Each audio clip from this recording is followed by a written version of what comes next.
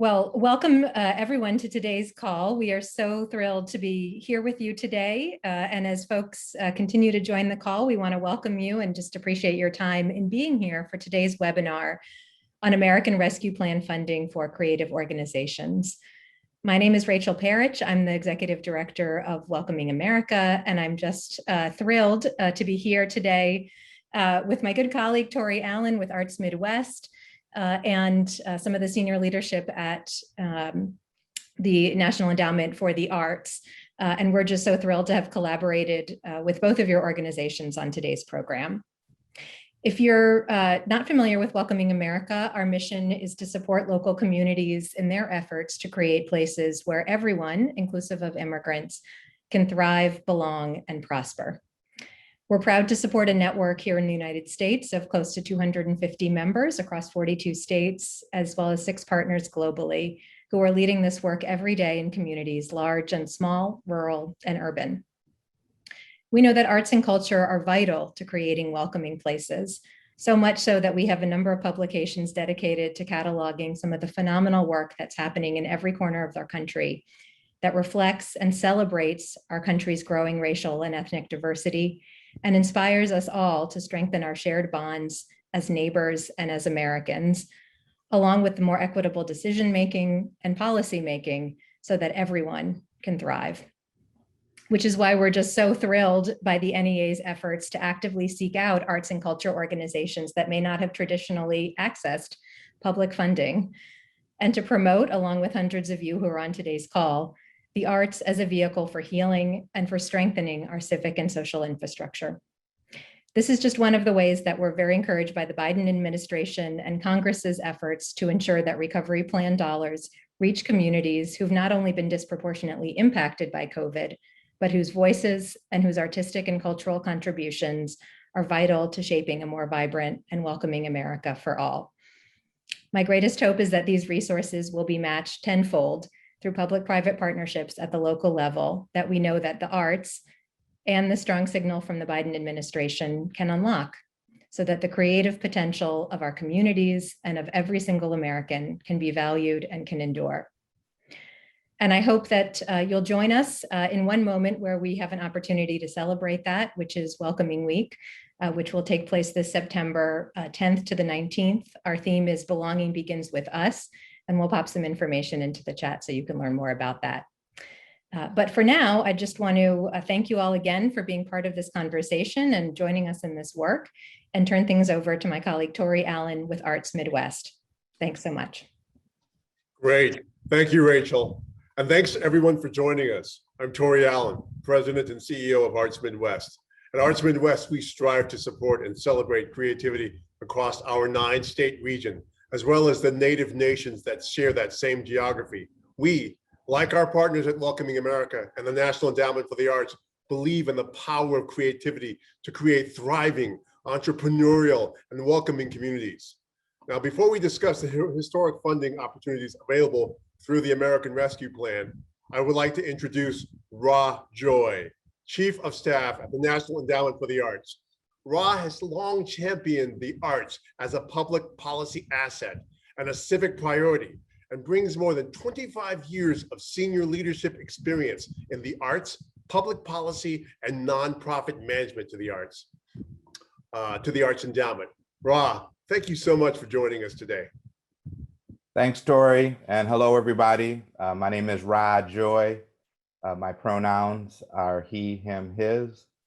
I serve as a Chief of Staff at the National Endowment for the Arts, and I'm very pleased to help welcome you to today's gathering on the NEA's American Rescue Plan funds. I'd like to start by thanking our co-host for today's gathering.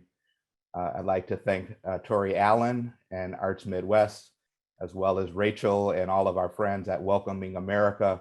We appreciate all that you do to invest in creative organizations and to build communities where all of our residents can thrive. We know that putting an end to the pandemic means getting creative workers back to work. Before the pandemic hit, the arts and culture sector was approaching a $1 trillion industry that directly employed 5.2 million workers and indirectly supported millions more. Chances are, if you're joining us for today's session, you know firsthand that few sectors of our economy have been hit harder by COVID-19 than the arts. Arts organizations were among the first businesses to shut down at the start of the pandemic, and they'll be among the last to truly fully reopen. In the third quarter of 2020, while the national unemployment rate was 8.5%, musicians experienced an unemployment rate of 27.1, actors 52.3, and dancers and choreographers 54.6. On March 11th, President Biden signed into law the American Rescue Plan Act of 2021, the second largest stimulus package in legislative history. We're grateful to the president and to Congress that this relief package includes resources to help arts organizations and arts workers hard hit by COVID-19. This includes $135 million for the National Endowment for the Arts. On April 29th, the Arts Endowment announced distribution of approximately $52 million of rescue plan funds to state and regional arts organizations so that they can begin distributing funds to impacted arts organizations in their jurisdictions. You'll see here from this slide, on the left-hand column is the 40% that rolled out in late April. And on June 23rd, the Arts Endowment announced 2 new grant programs to provide support, direct support to nonprofit arts and cultural organizations, as well as support for local arts agency subgranting. I want to point out our overarching goals with this initiative. First and foremost, we want to support relief and recovery efforts for arts organizations all across the country. Our goal is to preserve jobs and help arts organizations rehire and reopen. The second goal that we have is expanding access to funds for communities that have been historically underserved and underrepresented by government. Next slide, please. So over the last few months, we've been doing a lot of listening, and we know that the best way to learn is by listening. And we've met with and listened to leaders all across the country, leaders from local, state, and regional arts agencies, national service organizations, arts administrators, artists, and other creators. We were pleased as part of that process to connect with Tori and Arts Midwest.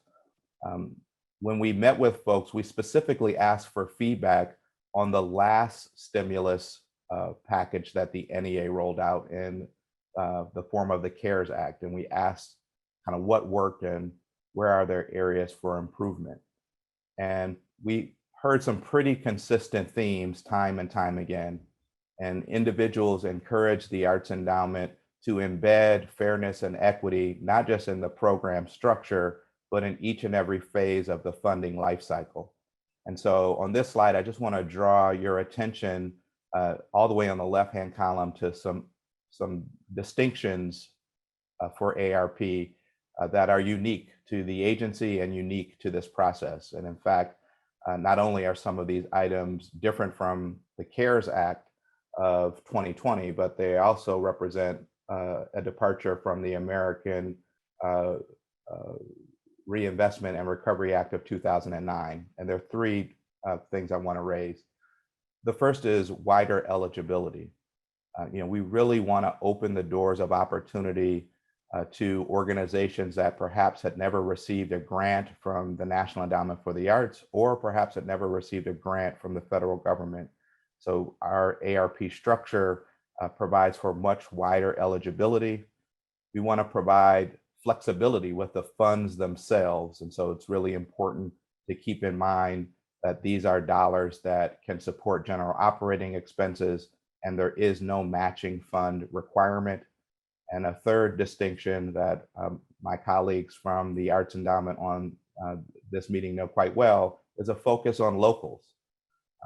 we value the trust and proximity that local arts agencies have in their communities. Local arts agencies play a unique role in the arts ecosystem, and investing in their grant making capacity is a great way to support a bottom-up approach to recovery. We're working hard to take advantage of this application window to make people aware of the program and how to apply. We're also thinking about equity in each stage of the funding life cycle, including ensuring a diverse panel of readers and panelists. We're committed to engaging groups that apply, whether they receive a grant for the first time or whether they don't receive support. We really want to deepen relationships over the long haul. We're also committed to documenting, sharing, and building upon the lessons learned from this process. Next slide, please. So if we get this right, here's what this would mean for applicants. The first is wider eligibility. Nonprofits that are new to the NEA, we're encouraging them to apply. There's greater flexibility in terms of the use of the funds. We also are mindful about accessibility. We want to create a more fully accessible experience to our grantees and applicants. We're providing language translation services and American Sign Language support for many of our sessions. There's a focus on locals, and we know that locals often lead the way on issues of fairness, equity, and inclusion, and have strong ties in their community. In addition to perhaps applying for a grant directly from the Arts Endowment, we encourage you to keep an eye on what's happening at the state, regional, and local level in your community. And we're committed to providing a robust array of technical assistance support. Next slide, please. So now that the guidelines have posted, we're really focused on getting dollars out the door to support nonprofit theaters, museums, dance companies, symphonies, and other cultural organizations across the country. We've been offering live Q&A sessions online twice a week, every week through September. We have a dedicated site on our the dedicated page on our website where you can access information about ARP.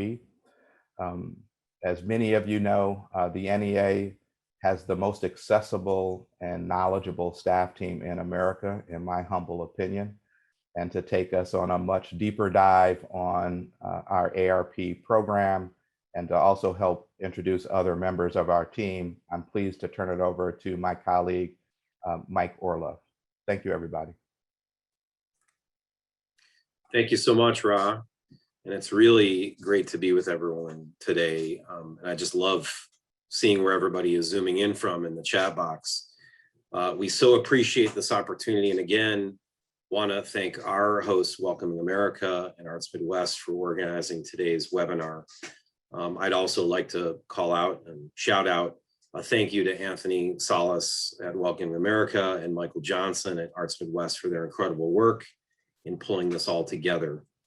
And speaking of incredible, I'm joined by several of my colleagues that make up the amazing team at the National Endowment for the Arts: Andy Mathis, State and Regional Specialist; Ali Fogel, Assistant Grants Management Specialist; and Eleanor Billington, Grants Management Specialist. And you'll hear from all of them later.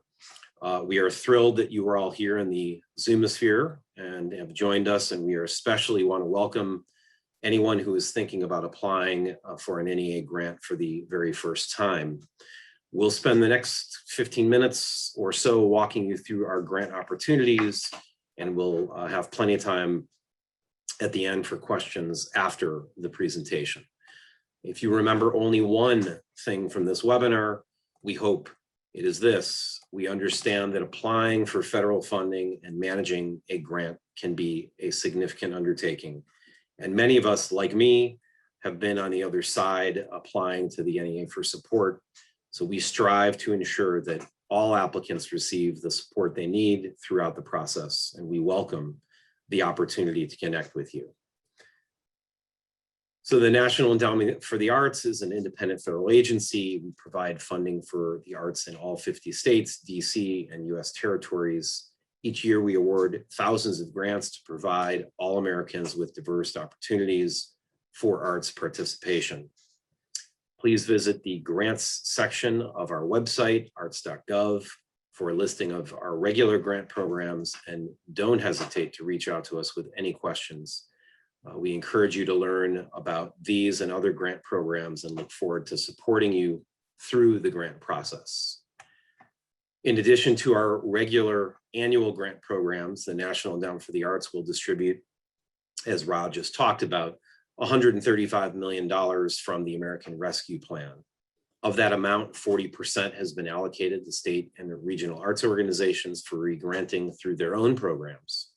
We will distribute the remaining 60% to arts organizations and local arts agencies. Funding will be available for general operating support, and guidelines are being developed to reach a broad constituency, including organizations that serve populations that are underserved, organizations with small and medium-sized budgets, organizations from rural to urban communities, and organizations that may be applying to the federal government for the first time. Our funding supports arts projects. So on the left side of the screen, you will see the types of organizations that are eligible to apply for funding. Eligibility is open to tax-exempt organizations, including 501c not-for-profits, units of state or local governments, including local arts agencies and educational institutions, and federally recognized tribal communities or tribes. On the right side of your screen, you'll see examples of things we are not able to fund, which includes general operating support. There is an exception, however, being made for the ARP money, individual artists, commercial activities, and fiscal sponsors. The full list of items we do not fund is published in the guidelines, published on our website, again at arts.gov.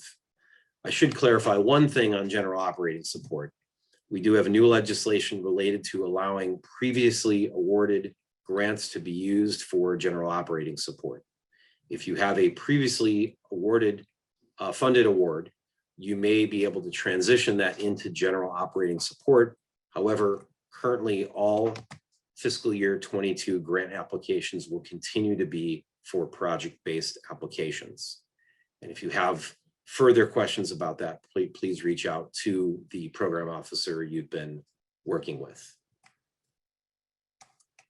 And a special note to any local arts agencies tuning in, if you meet the eligibility requirements, you may apply to the Grants to Organizations program for general operating support, or to the Grant to Local Arts Agencies for a subgranting program, but not both. And again, if you have questions, please reach out to the local arts agencies team.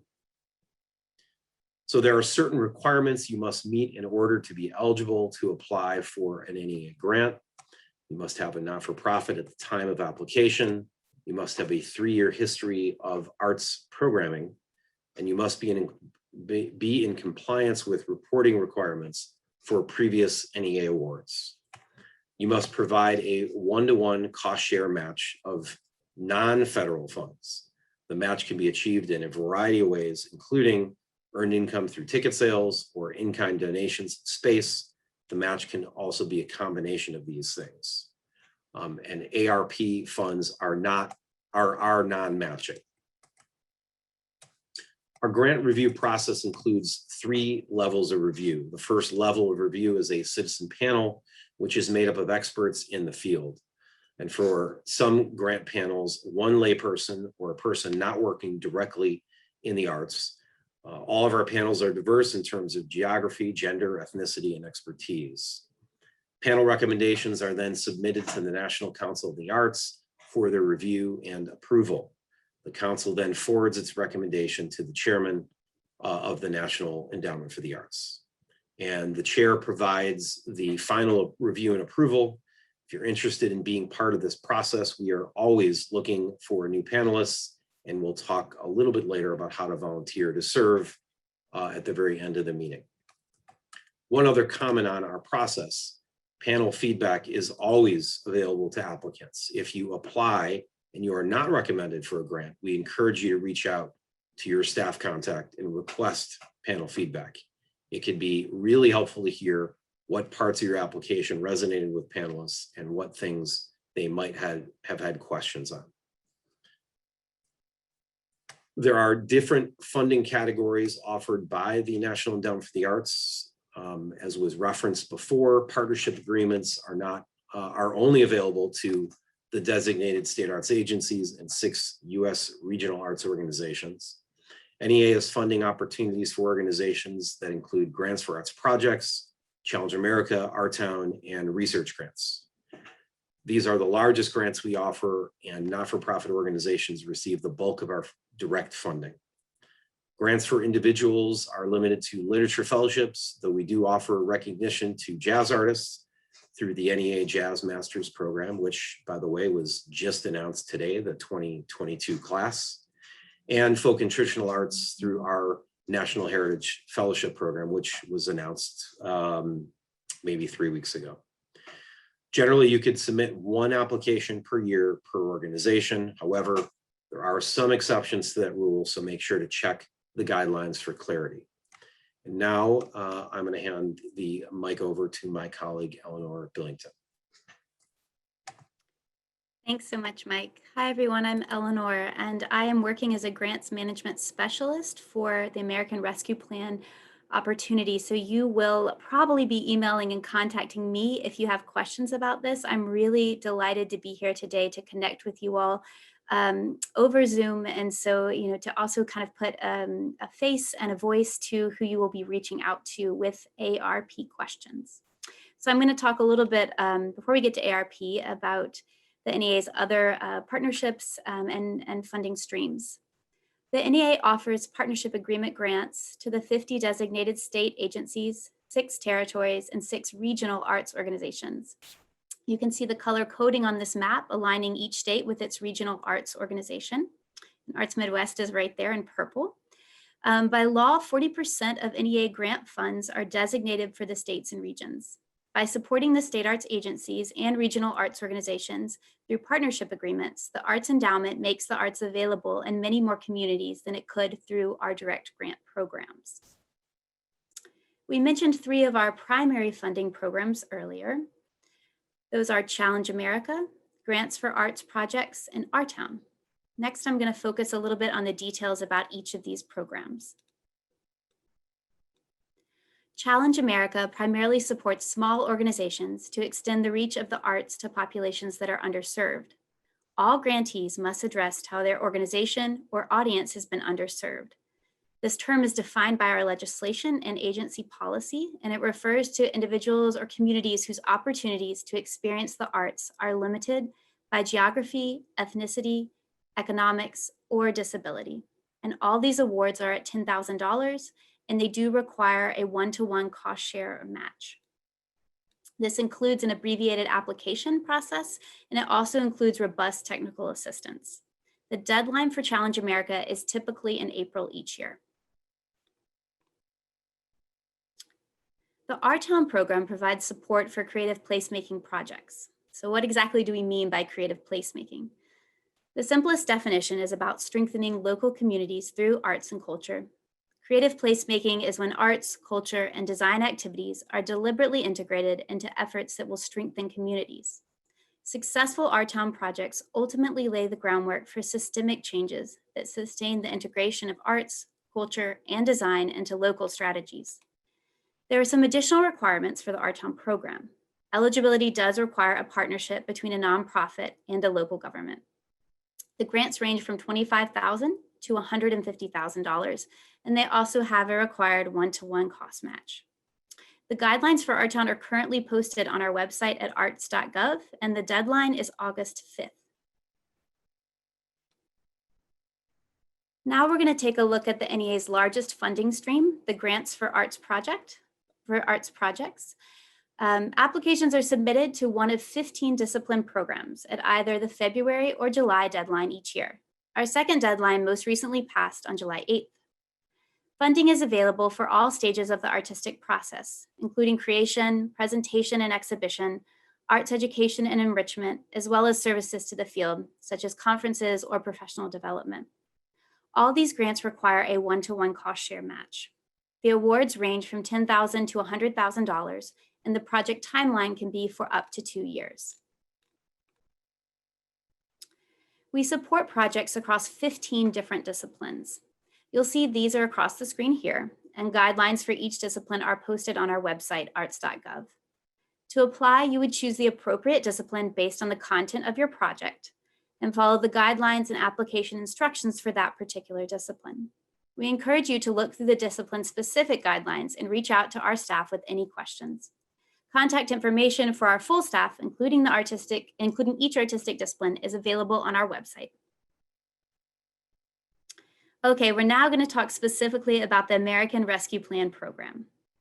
For the American Rescue Plan program, or ARP, you may request a grant amount for $50,000, $100,000, or $150,000. Applications will be reviewed and considered for recommendations only at one of these requested amounts. Cost share or matching funds are not required. So we encourage you to select a grant amount that is reflective of your organization's size and internal capacity. Applications will be reviewed and considered for recommendation at the requested amount only. So if you ask for $50,000, you will get $50,000. Whichever amount you choose, please keep in mind that the review criteria when crafting your application is there to guide you in order to make the best case for your application. You will be evaluated based on the capacity of your organization to carry out the proposal. A grant period of up to 2 years is allowed, and it may start no earlier than January 1st, 2022.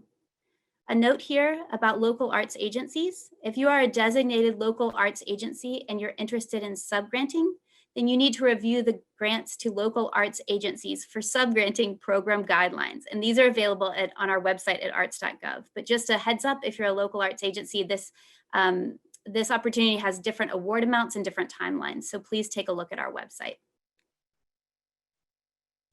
Rescue Plan funds are intended to support day-to-day business expenses or operating costs and not specific programmatic activities.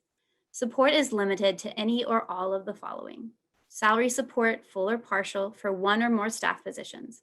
Rescue Plan funds can be used to support existing jobs, new jobs, or to restore jobs that were furloughed or eliminated due to the pandemic.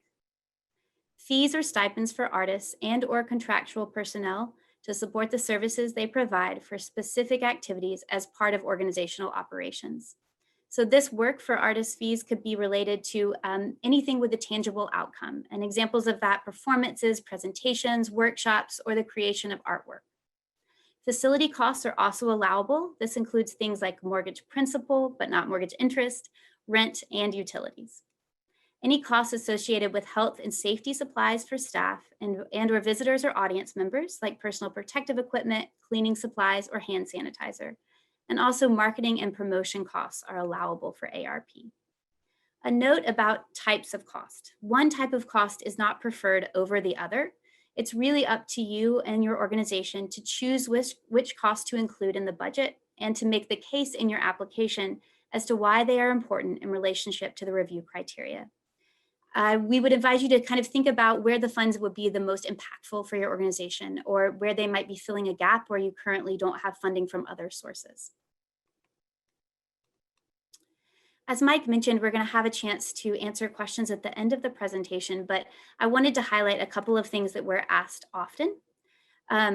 If you have received federal funding from another source in the form of relief funds, such as the Shuttered Venue Operators Grant or the Paycheck Protection Program, PPP, then you are still eligible to apply for an NEA grant. Additionally, if you are applying for relief funds from ARP from your state agency or a local arts agency, it's fine for you to also apply directly to the NEA. You just want to make sure you don't have overlapping costs in your project budgets, in your proposal budgets.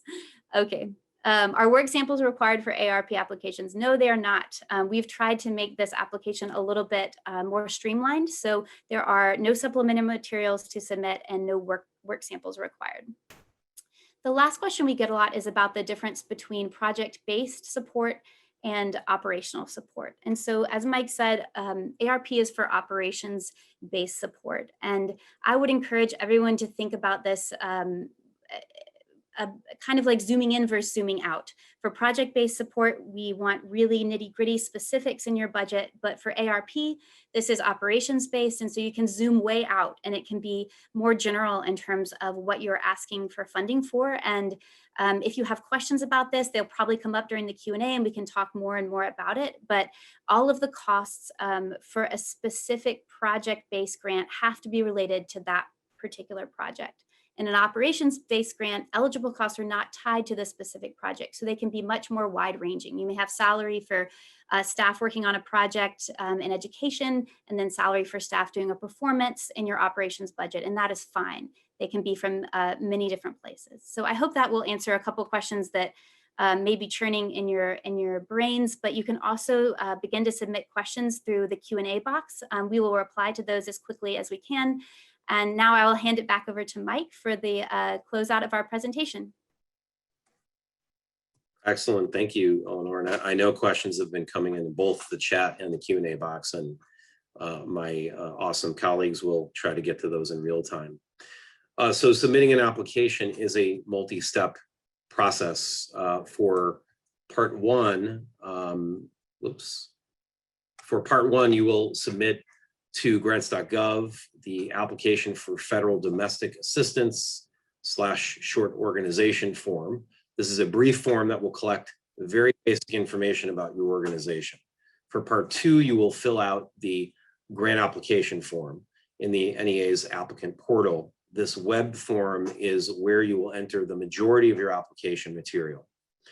Grants.gov and the NEA's applicant portal are two separate online systems. So you would next scroll down to the American Rescue Plan grants. In order to use grants.gov, you must first obtain a DUNS number from Dun & Bradstreet and then register with the System for Award Management, also known as SAM.gov. If you are a first-time applicant, start this process now, and I couldn't stress that more. Allow at least 2 weeks for your SAM.gov registration or renewal. You will also need to ensure that your organization is registered with grants.gov. As a reminder, SAM.gov and grants.gov are federal government systems, and registration in both systems is always free. You should never be paying for those services. The guidelines on our website have links to these sites, as well as links to video tutorials to help you get started. NEA staff does not have internal access to SAM or grants.gov. So if you run into technical difficulties with either entity, you should reach out to them directly via telephone or email. Because we anticipate a large number of applications for this funding opportunity, applications will be submitted in two separate groups. One for organizations with legal names beginning with A through L versus one for organizations with legal names beginning with M to Z. The different submission windows will not affect the timing of grant review or your organization's ability to receive a grant. To determine which group applies to you, use your organization's legal name as it appears in the current IRS 501c3 status letter, or in the official document that identifies your organization as a unit of state or local government, or as a federally recognized tribal community. Do not use your organization's popular name if different. And if you aren't sure which group to select, read the guidelines for some helpful tips, or of course, you can always contact us. Whichever program you decide to apply for, the process is the same. It's a two-part process. Part one is where you will work with two federal government systems, Systems for Award Management, also known as SAM, and grants.gov. You will need to update, up-to-date registrations and the correct permissions through these systems to apply for funding. Once you have current accounts in both systems, the actual form you will submit for part one is the SF424 form. This form provides basic information about your organization and shouldn't take too long to fill out at all. You aren't required to submit any specific details about your project in this step. Think of this step as submitting your intent to apply. It's a way to express your interest in submitting the full application. Part 2 is then our actual Arts Endowment grant application form. It's where you will submit the bulk of your application and all of the specifics about your project. You'll put together your project narrative, the budget, and details on key personnel. The grant application form is submitted through our own Arts Endowment online platform, which is called the applicant portal. The guidelines for each of our funding programs, which are all posted on our website at arts.gov, include step-by-step instructions on using the applicant portal and how to apply. The instructions for Part 2 include an application instruction document. This document goes through all the questions you'll need to answer for Part 2, including not just the questions themselves, but also helpful tips, screenshots of the applicant portal, and the character count for each application field. So you can compile all of your applicant content and then enter all the information into the NEA's applicant portal during the designated time. So I know we've covered a lot of ground in these past 15 minutes, maybe 20 minutes. Before we transition to Q&A portion of the webinar, I just wanted to share a couple final thoughts and reminders. We would love to stay in contact with all of you and to be in touch with what we're doing at the National Endowment for the Arts. We release regular newsletters that highlight upcoming grant program deadlines, as well as events and resources. It's a great way to keep up with what's happening at the Arts Endowment and field news from around the country. So please consider subscribing. You can go to our website at arts.gov, and at the very bottom of the homepage is a button for newsletters. You can click there and sign up for any newsletter topics that most interest you. And as was mentioned before, we are always looking for new voices to bring into our panel process. It's a great way to connect with us and really a great way to learn what the process is like from the other side. We've been told that it's a great professional development tool and opportunity as well. So if you're interested, you can fill out the form on our website at the URL listed here, or of course, contact us directly. So now we're going to transition into the Q&A session. To get us started, we're going to go through a couple frequently asked questions so that folks have a chance to think of their questions and submit them through the chat, through the Q&A or chat box, I guess. First question we get is, does my project have to be outside of the scope of my regular program? Answer is no. A project can be part of an applicant's regular season or activity. For example, a theater company's educational activities that occur year-round could constitute an acceptable project. Other projects might be workshop production or of a work in progress or a charrette sponsored by a community design center. What is important is the specificity, and Eleanor talked about this as well, of the activities involved. Also, there can be no overlap with projects for which you are already receiving other National Endowment for the Arts or federal funds. My organization doesn't have its own 501c3, but do you fund fiscal sponsors? No, we aren't permitted to fund fiscal sponsors through grant funds.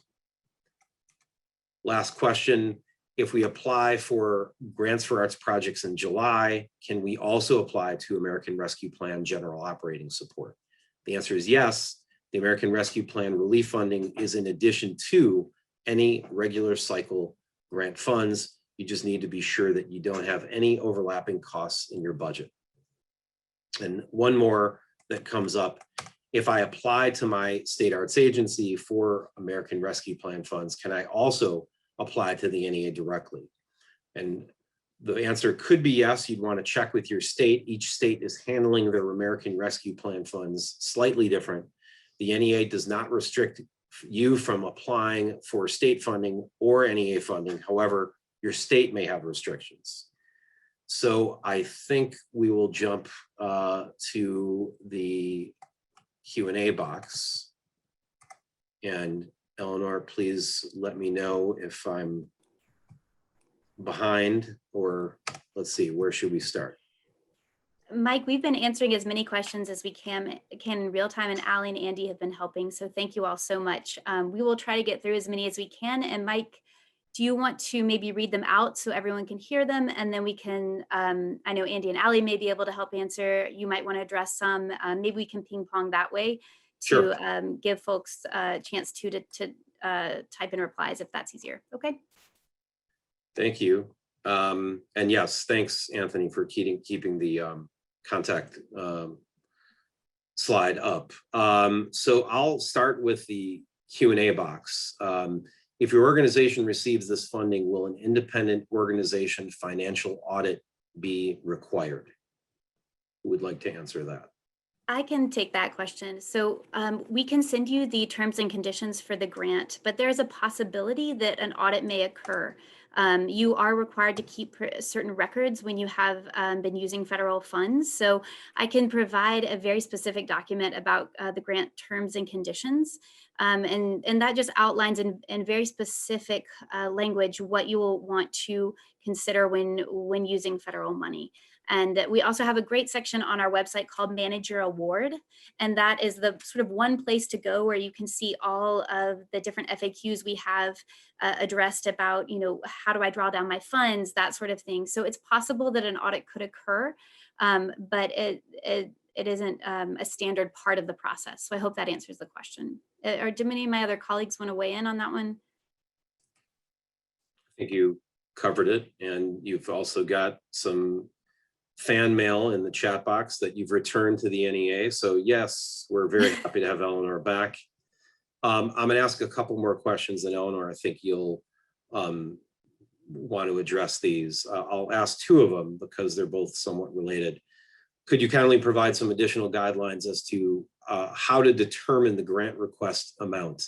Are there general guidelines you utilize regarding overall organizational budgets and request amounts? And the other question related is, will you be able to provide a sample budget for us to reference? Anybody want to tackle those? I can jump in on those, and if others want to weigh in as well, that's great. So in terms of a sample budget, we don't have a sample budget on our website right now for you to look at. We have very detailed guidance about filling out the budget portion, and we also have some screenshots from the system that you will use to do that, just so you can get a sense of exactly what it will look like. Here are the fields for the line items. Here's where you can type in text about particular costs, that kind of thing, so that you can feel familiar with the form itself before you actually go in to fill it out. In terms of deciding an amount, the Arts Endowment does not have a formula for calculating, how much you should request based on your organizational budget or your operating budget. So it's really up to you to determine how you want to approach this and what the capacity of your organization is to manage a federal award. And so we also want to be really thoughtful about saying, okay, organizations that are this size should request this much, because we know that it really is different all across the country. And an organization in one particular place serving a particular community may have what seems like a big budget, but somewhere else that looks really different. So, we know you guys are not one size fits all, and we wanted to give you some flexibility. So I hope that the ability to choose the amount, does that. However, we know it's hard, and we're willing to talk. If you want to call or if you want to send an email, please reach out to us, because we've had people say, okay, we're a smaller organization. We may have a little bit of a smaller budget. We want to request $50,000 for staff salaries over 2 years, and they're making that choice strategically in order to be able to spend the fund over the 2-year grant period. And we've had several questions about the grant period, and it can be up to 2 years. And the earliest that you can request funds would be January 1st of 2022. Does anyone else want to speak to amounts, requesting a particular amount? I think you got it all. We have so many questions coming in, and I just want to thank Allie and Andy and Eleanor for tackling as many of these as we can. Mike, I see several questions that I'm hoping you and Eleanor can address about people wanting to be able to see all of the questions that they would have to answer in part 2, even before the applicant portal opens or before they even submit a 424 form. Thank you, Andy. I'm going to drop a link in the Zoom webinar chat, so not in the Q&A box. This is in the webinar chat, and I will send it to everyone right now. And this is a PDF document of instructions for exactly what you will need to submit in the second part of the application, which is, I believe, what Andy's referencing there. So this is what you would do after the SF424 form, that first step. But it's really wise to take a look now and also to begin preparing now. So I just sent that link to everyone. It is a detailed PDF that will walk you through every single portion of the second step to this process. So this is really where the bulk of your application will be submitted. You will have a chance in this section to talk about your organization's history, to talk about the impact COVID has had on your community, also to talk about the particular demographics you serve and the choices that you made in your proposal budget. Thank you, Andy. Thank you, Andy. Are there any other, Andy, any other any other questions surfacing that we should be responding to, or I'll stick to the Q&A box? Hearing none, let's see, go to the next question. Can you share details regarding award announcements? And somebody also asked about deadlines. Eleanor, if you want to walk people through the deadlines very quickly, or we could post that in the chat box. I can post the application calendar in the chat box. And just a quick note, we had some questions about the local arts agency deadline. And this is a deadline that's coming up on July 22nd. So if you are not a local arts agency and you don't want to apply for subgranting, if you're an organization and you just want to come in for your operational support, do not worry about that July 22nd deadline. I saw a lot of questions saying, wait, what is this? So if you're not a local arts agency and you're not coming in for subgranting, the July 22nd deadline does not apply to you. The first deadline for organizations is August 12th at 11:59 p.m. Eastern time. So that is your first deadline. After that, you will have a period of time to access our applicant portal, and that is based on the legal name of your organization. So if your legal name is A through L, you'll be in the first group, and you're going to have a bit of an earlier window. And if you're in, if your legal name is M through Z, then you're going to have a little bit of a later window in August. And what I will do is post a direct link to that calendar so you can see the specific dates. And instead of having to write it down, you can just link there and then save it on your computer. So I will do that right now. And Mike, I think there was a second part to the question that I might have missed. I'm sorry. No, I think you covered it. As long as they get the link to the deadlines, I think that's perfect. Next couple of questions, which I think are easy answers. Do we have at least, do we have to have at least $50,000 in expenses to apply? And the next one is, if we already have a SAM number, do we need to update it?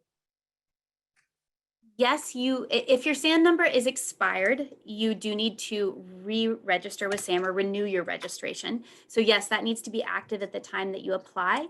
And the question regarding the budget size, we don't have a threshold for a budget that is quote unquote a particular size, too big or too small.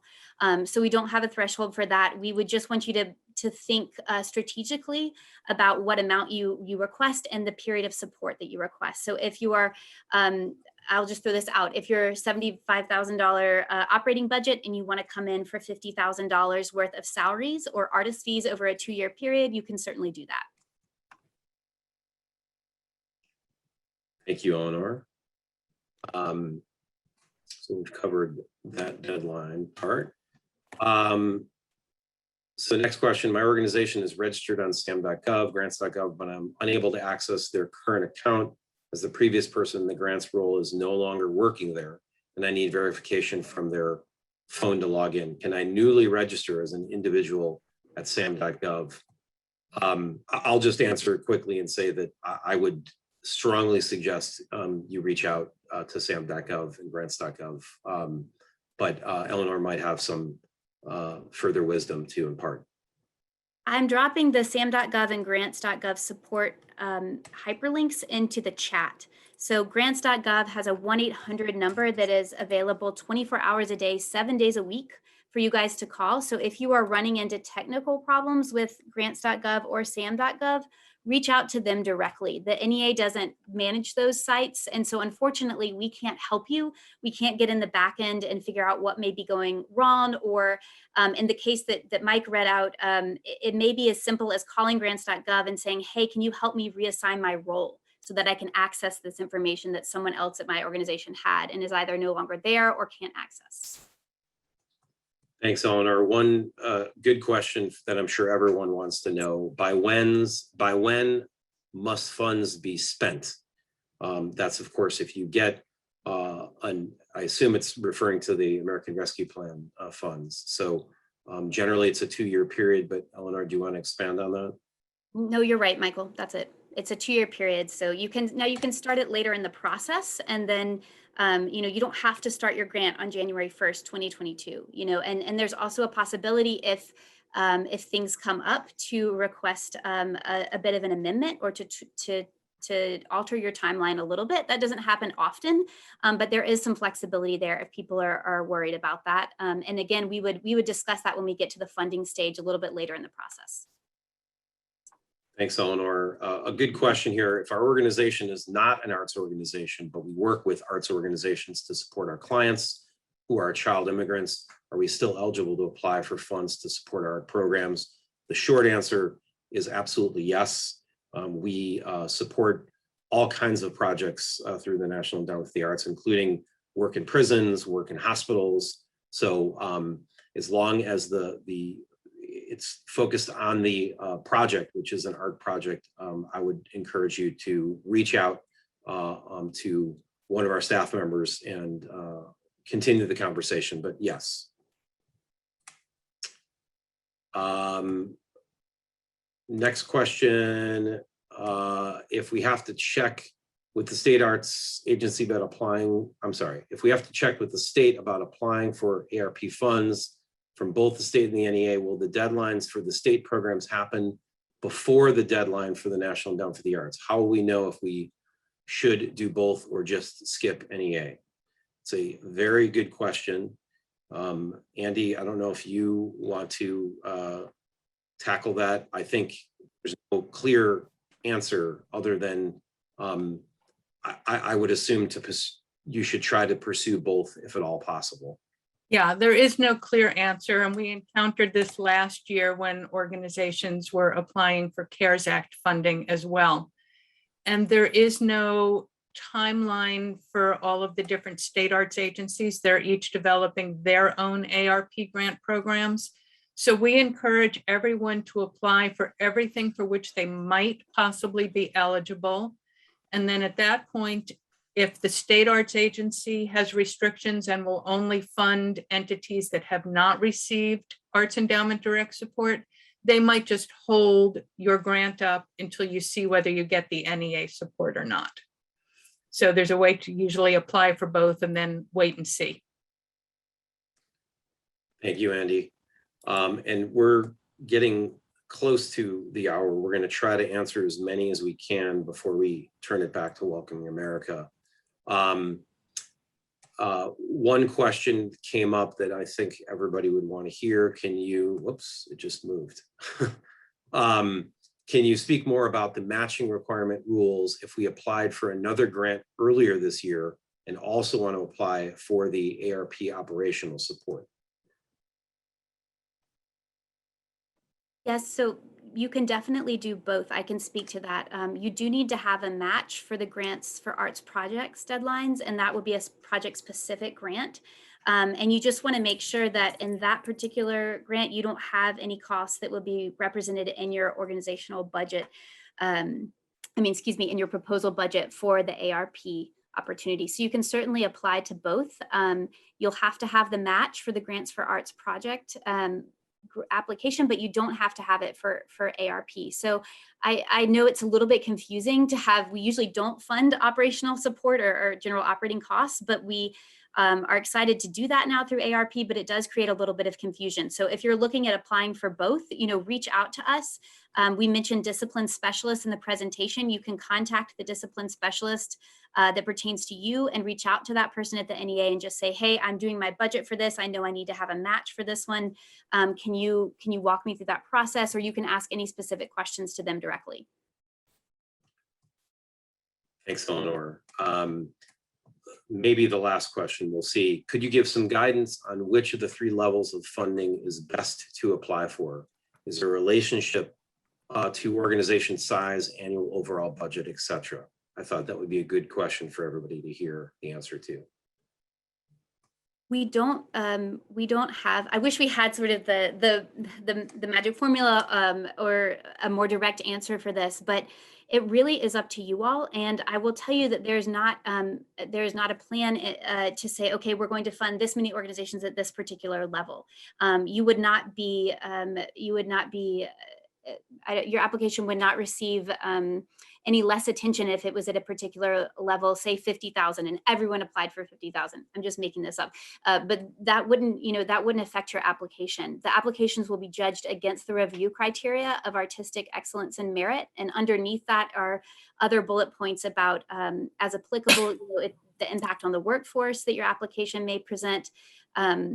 Also the ability to reach underserved communities as we were describing them earlier in the presentation, also your organization's capacity. So in terms of just thinking, okay, wait, if I apply for 150, am I going to seem greedy? We've had people ask that before because you all are also generous and aware of the need in the field. People have said, hey, is this too much? But really, think about how you can best present your application and make sure that everything from the budget to your narrative ties together, and that will speak volumes. And you won't be dinged or put into a particular pool because of the amount you asked for. I hope that helps. Mike, do you have other thoughts? I think you've answered it as best you can. And I think we're going to have to leave it at that. I know Rachel would like to share some closing comments. I just want to say thank you to everyone who joined us, and especially to Welcome America and Arts Midwest for facilitating this. And special thanks to Eleanor, Ali, and Andy, who are typing ferociously throughout the whole webinar. We're not going to get to everybody's questions, so we have the contact us up on the screen. Please send us your questions and we'll answer them as quickly as we can. Thank you. And Anthony and Michael, thank you. And I will hand it back to Rachel. Thank you, Michael. A big thanks again to all of you at the NEA for this clearly very deliberate effort to share information as widely as possible. We're honored to have been a partner on it. And again, to Arts Midwest for the collaboration on this call. I too want to thank Anthony and Michael and all of you for joining us today. And again, we know that there is a lot riding for you and for your communities on these resources. And if Welcoming America and any of us on this call can be supportive so that this work can get done in bigger and better ways, we know how important it is, how vital it is, how vital all of you are, and just grateful for your time and joining us today. Thank you so much.